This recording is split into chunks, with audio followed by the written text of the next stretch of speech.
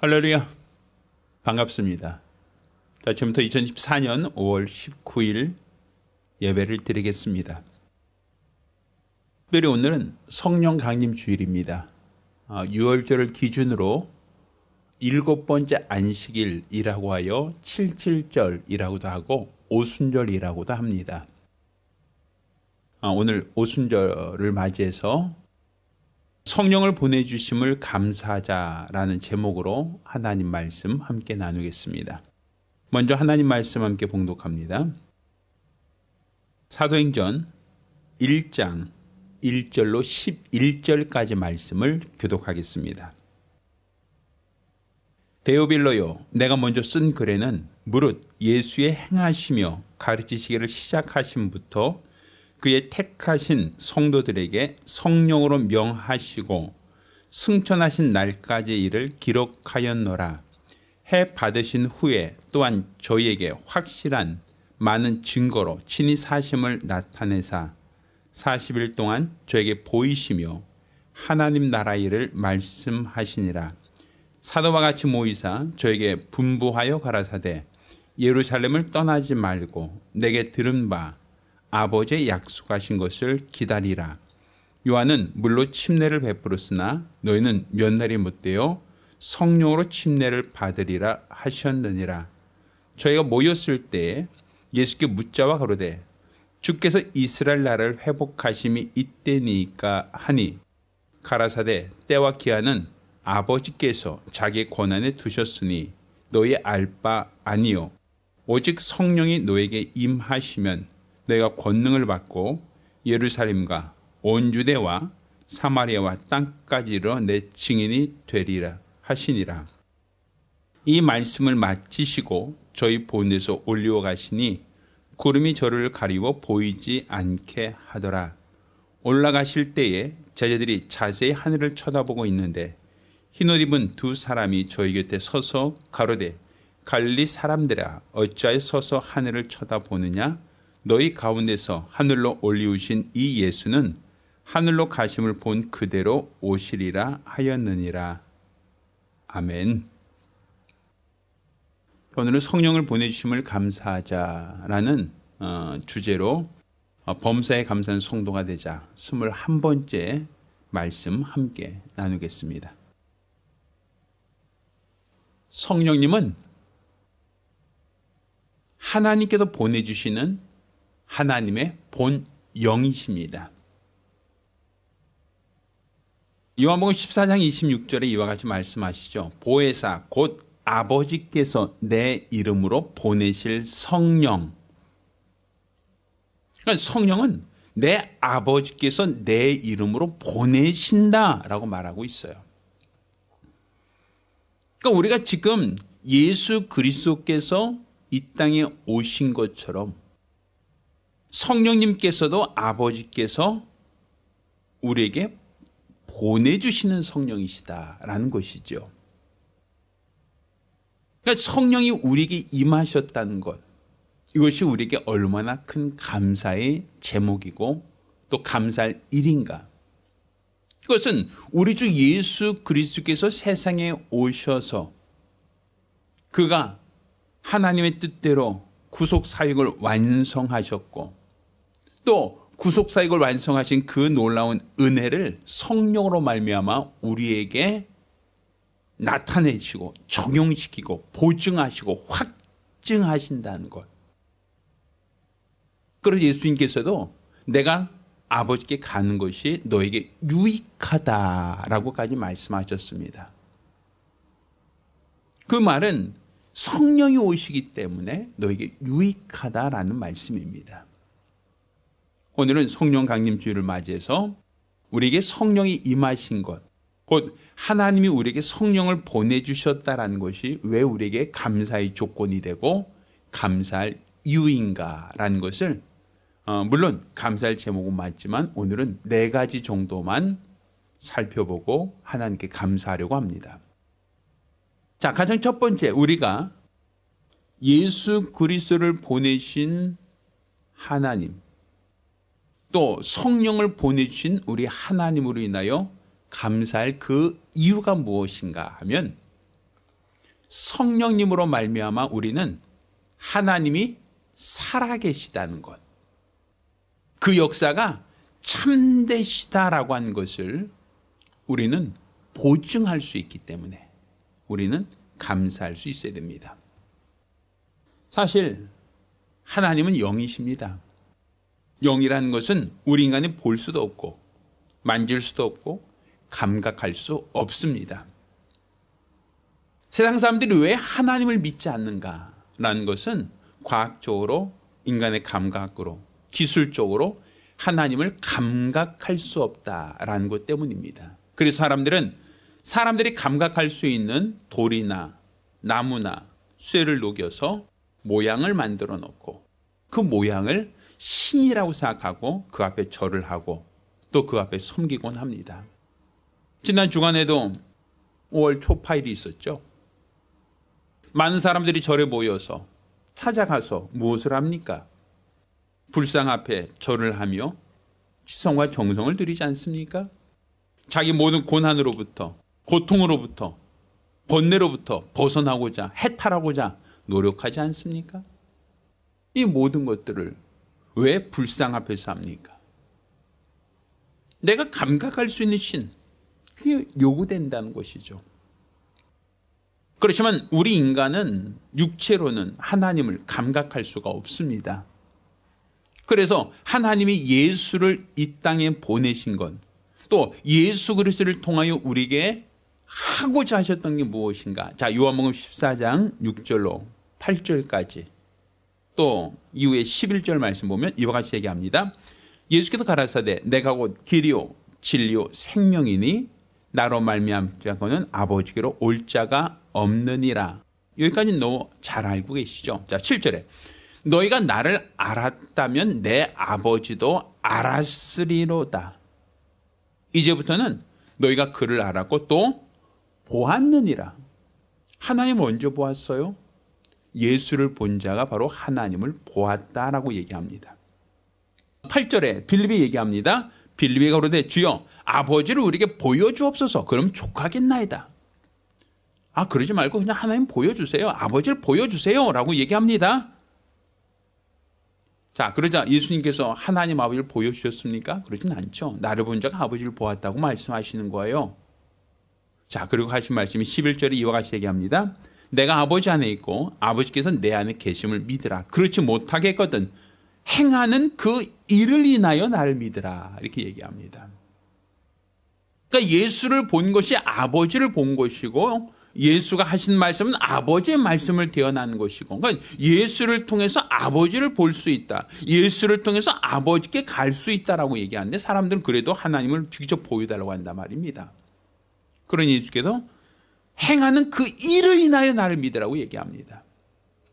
예수께서 소경의 눈을 뜨게 하고 안진뱅이를 걷게 하시고 능력을 행하시는 이 기사와 표적과 능력을 보고 이것이 사람의 기술과 사람의 능력이 아니다. 이 능력은 오직 하나님의 능력이다라는 것을 통해서라도 그 능력을 보고 믿으라는 거예요. 그러니까 예수님이 이 땅에 오신 것이 하나님은 살아계신 참신이시다라고 하는 것을 예수를 통하여 보고 예수를 통하여 듣고 예수를 통하여 확인할 수 있다는 것이죠. 그런데 성령을 말씀하실 때 또 다른 보혜사를 보내준다라고 말씀하고 있단 말입니다. 그 또 다른 보혜사, 그러니까 요한복음 14장 20절에 얘기합니다. 보혜사 곧 아버지께서 내 이름으로 보내실 성령이라고 얘기하죠. 그가 오셔서 너에게 모든 것을 가르치시고 내가 너에게 말한 모든 것을 생각나게 하실 것이다 라고 얘기하고 있어요. 그러니까 성령의 역사, 성령이 하시는 일이 무엇인가 라고 할 때 성령 역시도 예수님처럼 하나님이 살아계신 참 신이시다. 그리고 우리에게 오신 예수 그리스도로 말미암아 하나님이 너희를 사랑하셔서 너희의 모든 죄와 허물을 대속하셨다는 것을 성령이 친히 증거하신다라는 거예요. 그러니 성령이 우리 안에 임하셔서 그분이 하시는 것은 하나님만이 참신이시다. 하나님만이 살아계시다. 그것을 우리에게 확증하는 보혜사라고 얘기할 수 있는 겁니다. 그러니 우리가 성령을 받았다라고 하는 것은 보이지 않는 하나님이 살아계시다, 감각할 수 없는 하나님이라 할지라도 그분은 살아계신 참 신이시다라는 것을 우리가 확인하고 확증할 수 있는 분명한 증거가 됩니다. 그래서 우리의 믿음이 미신을 섬기거나 신하나 아니면 잘 꾸며진 어떤 이야기에 속는 것이 아니라 우리는 성령의 확실한 증거로 말미암아 하나님이 살아계신 참 신이시다라는 것을 우리는 확실히 알고 믿을 수 있다는 것. 이것이 바로 우리가 첫 번째로 하나님께 감사할 수 있는 감사의 내용이 됩니다. 자, 두 번째로 우리가 우리 하나님이 보내신 성령으로 말미암아 감사할 수 있는 그 이유가 무엇인가? 자, 그것은 고린도서 3장 16절에 이와 같이 얘기합니다. 너희가 하나님의 성전인 것과 하나님의 성령이 너희 안에 거하시는 것을 알지 못하느냐라고 말씀하고 있어요. 그러니까 성령이 내 안에 성전 삼고 임하셨다라고 하는 것. 그러니까 그것이 바로 우리에게 감사할 수 있는 두 번째 이유입니다. 자, 성령님은 본래 하나님이십니다. 하나님의 본영이시죠. 그분은 거룩하신 분이십니다. 하나님이 거룩하시다라는 것은 그분에게는 어두움이 조금도 없다는 거예요. 예수께서 빛이시다, 그에게는 어둠이 없다라고 하는 것처럼 성령도 빛이십니다. 그에게는 어둠이 없죠. 그러니 빛과 어둠이 섞일 수 없죠. 마치 물과 기름이 섞이지 않는 것처럼 어둠과 빛은 조화가 될 수 없어요. 그리스와 벨리알이 조화가 될 수 없는 것처럼 성령님은 하나님 안에 있고 하나님에게서 나오시는 성령은 거룩하십니다. 그 분은 예수님께서 침례를 받고 올라오실 때 가장 처음으로 성령이 비둘같이 예수님께 임하셨다라고 성경 기록하고 있어요. 그러니까 예수님에게는 예수님 하나님이시니까 성령이 임하셨다라고 하는 것이 이해할 수 있죠. 우리 인간은 하나님이 아니시란 말이에요. 그럼에도 불구하고 내 안에 성령이 임하셨다라고 얘기합니다. 그것은 내가 예수의 공로로 말미암아 죄사함 받았다라고 하는 증표가 됩니다. 왜? 성령은 거룩하신 하나님의 영이시기 때문에 죄 가운데는 거할 수가 없어요. 죄인에게는 그분이 성전 삼지 않으십니다. 그러니까 세상 모든 사람들이 다 성령 받았는가 하면 그렇지 않죠. 자기 죄를 회개하고 예수로 말미암아 죄사함 받은 자들에게 성령을 선물로 주신 것이지 세상 모든 사람들의 심령에 성령이 임하신다라고 말할 수 없단 말입니다.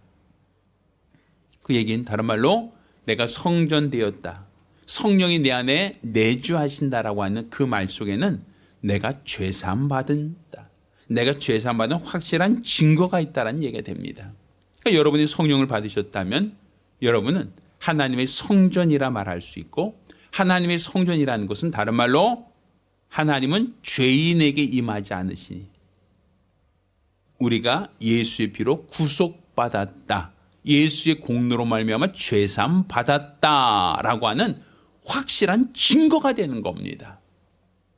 그러니 여러분이 죄 있습니까? 하고 물어보면 글쎄요, 내가 조금 잘못한 일도 있고, 글쎄요, 내가 조금 어리석고 게으렀는데 라고 뭔가 자꾸 양심의 가책을 느끼게 하고, 그래서 나 죄가 있나? 라고 생각할지 모르지만 그 좀 분명한 것은 내 안에 성령이 내주하신다라고 하는 말은 예수의 공로로 말미암아 내가 죄사함 받았다라고 하는 확실한 증거, 확실한 표적이다라는 것을 여러분이 믿으시기를 예수 이름으로 축원합니다. 자, 세 번째로 우리가 성령으로 인하여 감사할 수 있는 그 감사의 이유, 감사의 조건이 있습니다. 자, 그것은 성령이 내 안에 성전 삼고 임하셨다라고 하는 것. 왜 임하셨는가? 그것은 성령께서 우리의 연약함을 돕기 위해서라는 것을 알아야 됩니다. 사실 이 세상은 우는 사자처럼 삼킬 자를 찾고 있는 원수가 있습니다. 우리가 예전에 읽었었죠. 베드로전서 5장 8절. 근신하라 깨어라 너희 대적 마귀가 우는 사자처럼 두루다니며 삼킬 자를 찾고 있다. 바로 이 세상 우리 눈에 보이지 않지만 수많은 악의 영들이 우리를 꾀고 속이고 노략하려고 하고 있습니다. 우리가 욥의 고난을 보지 않았습니까? 하나님이 저희 믿음을 칭찬하셨고 넌 욥을 보았느냐 내가 저같이 순전한 사람 보지 못하였다라고 말했지만 참소하는 자가 욥의 재산을, 욥의 가족을, 욥의 자녀들을, 욥의 모든 것들을 다 흩어버리는 것을 우리는 본 적이 있지 않습니까?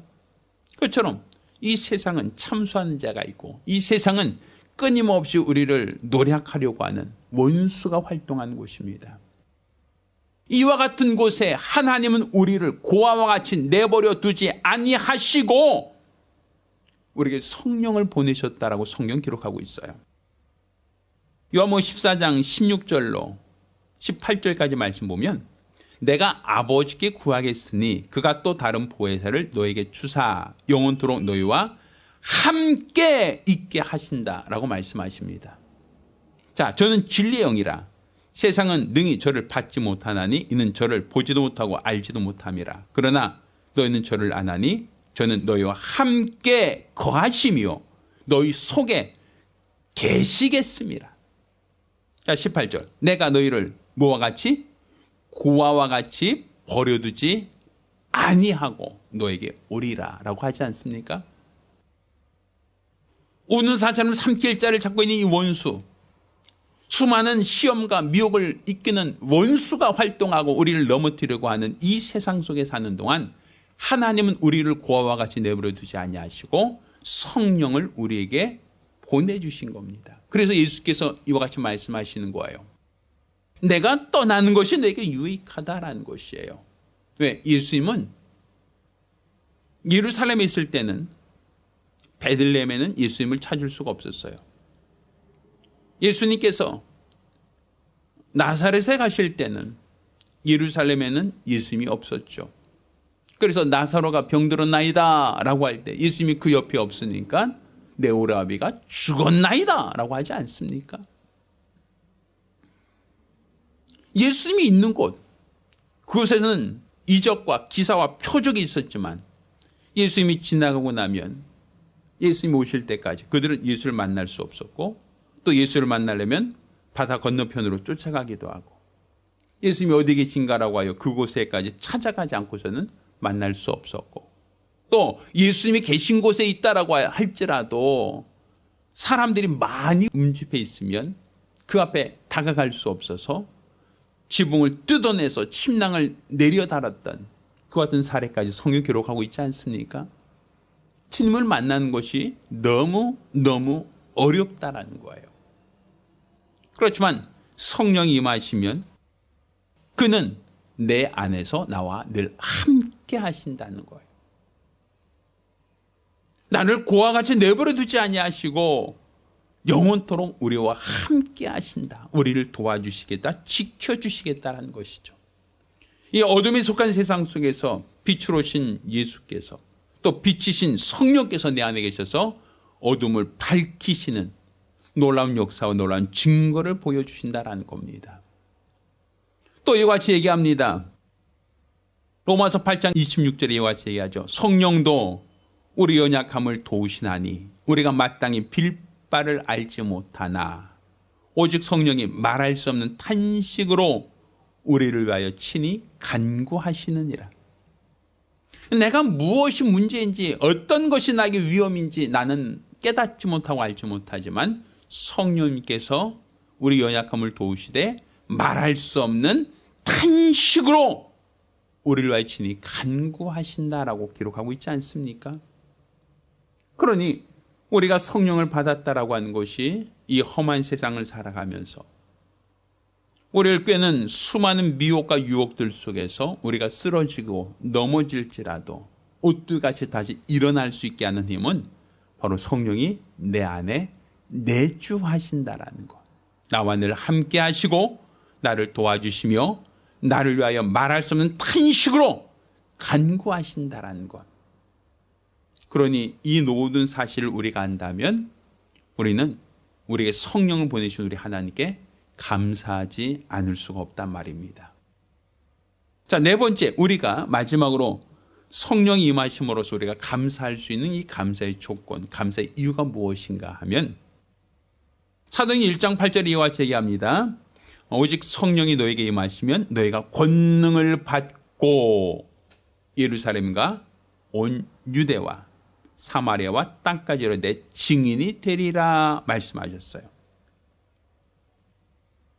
성령이 우리에게 임하셔서 우리가 성령으로 말미암아 죄산 받은 증거를 갖게 하고 또 성령께서 말할 수 없는 탄식으로 나를 위하여 간구하심으로 세상의 모든 위협으로부터 위기로부터 나를 건져주셨다, 보호하셨다라고 하는 이 놀라운 사실. 이를 통하여 하나님이 살아계시고 오늘도 동일하게 일하신다는 것을 우리가 체험했다면 이제 거기서 머무는 것이 아니라 성령이 올 때까지 너희는 예루살렘을 떠나지 말라 하셨다가 이제 성령이 임하시면 비로소 너희가 예루살렘과 온 유대와 사마리아와 땅끝까지 내 증인되라 하지 않으셨습니까? 그러니까 성령이 임하고 나서부터는 우리가 이제 내가 체험한 하나님, 내가 체험한 예수, 나를 위해서 기도하시는 성령의 역사를 우리는 내가 만난 사람에게 전하고 증거할 수 있다는 거예요. 그러니까 나 개인에게만 머무는 성령의 역사가 아니라 이 성령의 역사를 모든 사람들에게 확실한 증거로 보여주고 나타내 주라는 거예요. 그러니까 성령이 임하시면 너희가 권능을 받고 라고 했으니 하나님 나라는 말에 있지 않고 능력이 있다라고 하지 않습니까? 그러니 우리가 천국 복음을 전할 때 단순한 말이 아니라 다른 기사와 표적과 능력으로 하나님 말씀을 보증할 수 있어야 된단 말입니다. 아까 예수님께서 너희가 나를 믿지 못하겠거든 내가 하는 일을 보고 믿으라고 하지 않습니까? 그것처럼 우리가 전하는 이 복음에는 성령의 역사와 성령의 증거가 담겨 있어야 되고 성령의 능력이 따를 때 사람들은 하나님의 능력을 결국 부인할 수 없다라고 볼 수 있습니다. 우리는 어떤 표적을 보여주는 것 자체가 목적이 아니에요. 그것이 주가 아니에요. 예수님이 떡을 만들어 주는 것 자체가 그분이 이 땅에 오신 목적이 아니듯이 우리는 하나님이 살아계시다는 것과 예수가 그리스도라고 하는 사실을 가르치고 전해야 됩니다. 이것은 말을 통해서만이 아니라 성령으로 말미암아 은사, 성령으로 말미암은 열매를 통해서도 우리는 확실한 증거로 보여줄 수 있어야 됩니다. 따라서 우리는 성령으로 말미암은 은사와 능력을 나타내고자 한다면 여러분이 복음을 전해야 됩니다. 이 복음을 전한 자들에게 따르는 기사와 표적과 능력을 더하시기 때문입니다. 예수님께서는 두보롯도 신발도 지팡이도 전대도 가지지 말라고 했습니다. 내가 복음을 전할 때 오직 성령을 받고 성령으로 말미암아 권능을 나타내라고 하셨어요. 소경의 눈을 뜨게 하고 안재명을 일으키게 하며 무능을 깨끗하게 하시고 너희가 천국 복음을 전파라는 겁니다. 오늘날 한국교회의 가장 큰 문제는 성령의 역사가 점차 줄어들고 있다는 거예요. 오늘도 성령님이 내 안에서 역사하실 수 있도록 하는 것. 이러므로 말미암아 하나님이 살아계신 참 신이라는 것, 그것을 드러내야 되지 않습니까? 지난주 수요일 날 초파일이라고 하여 수많은 사람들이 절에 가서 돌이나 나무나 아니면 불상 앞에서 조아리며 절을 하며 자기들이 치성과 정성을 드리는 모습 보면 안타깝단 말입니다. 엘리야와 같은 심령으로 바알과 아스테라 여신을 섬기는 그 850명의 그 사제들보다 하나님의 사람 곧 엘리야가 제단에 불을 내려 하나님의 능력을 보여주고 하나님만이 참 신이시다라는 걸 그들에게 확실한 증거로 보여주지 않았습니까? 또한 3년 6개월 동안 가물었던 그 땅에 하나님께 7번 기도하여 비를 내리는 그 놀라운 능력을 보여주지 않습니까? 오늘날도 성령으로 말미암아 하나님이 참 신이라는 것과 예수 그리스도 그분만이 우리의 구세주시라는 것을 우리는 확실한 능력으로 전하고 증거할 수 있어야 됩니다. 그것이 바로 우리에게 성령이 임하신 증거이고 성령을 통해 우리에게 반드시 나타나기 원하시는 하나님의 뜻이기도 합니다. 저와 여러분 모두가 성령 충만함으로 권능 있는 예수의 참 제자가 되기를 예수 이름으로 부탁드립니다. 할렐루야. 기도하겠습니다. 하나님 아버지, 우리 하나님만이 참 신이시다라는 것, 그것을 예수 그리스도를 통하여 우리에게 보여주셨고 성령의 증거를 통하여 우리에게 확증하여 주셨사오니 우리는 세상에 있는 수많은 종교인들처럼 맹목적으로 치성과 정성을 들인 자들이 아니라 성령의 보증하심 속에 하나님만이 참 신이시고 하나님만이 전능하신 구세주라는 것을 깨달아 알게 도와 주시옵소서. 오늘날 성령께서 오늘 우리에게 임하심으로 하나님이 살아계신 것을 나타내신 것처럼 또한 예수 그리스도가 우리 구세주이심을 알게 하여 주셨사오니 우리가 이 사실을 깨달아 알게 도와 주시고 또 성령께서 내 안에 내주하심으로써 우리가 죄사함 받은 하나님의 권속이 되었다는 것, 성령이 거하시는 성전이 되었다는 확실한 증거를 보여주셨사오니 이제 더 이상 우리가 죄와 타협하지 않고 죄와 멀리하며 성령을 근심케 하거나 성령을 회방하는 자가 되지 아니하도록 도와주시옵소서. 또 성령께서 우리 안에서 우리 연약함을 도우신다 하셨사오니 우리가 항상 성령 충만함으로 성령의 마음껏 일하실 수 있도록 성령을 제한하지 않도록 도와주시고 이로써 우리가 세상을 이기며 악한 자를 이기는 능력의 사람들이 되게 도와주시옵소서. 성령이 임한 자 권능을 받고 예루살렘과 온 유다와 사마리아 땅까지 내 증인되려 하셨사오니 우리가 성령이 내 안에 내주하신 확실한 증거를 가지고 성령의 은사와 성령의 열매가 우리를 통하여 나타나고 드러내기를 원합니다. 이로써 우리가 복음을 전하고 증거한 예수 참 증인이 되기를 원하오니 우리 하나님께서 크신 은총으로 역사하여 주시옵소서. 살아계신 우리 주 예수 이름으로 축복하며 기도합니다. 아멘.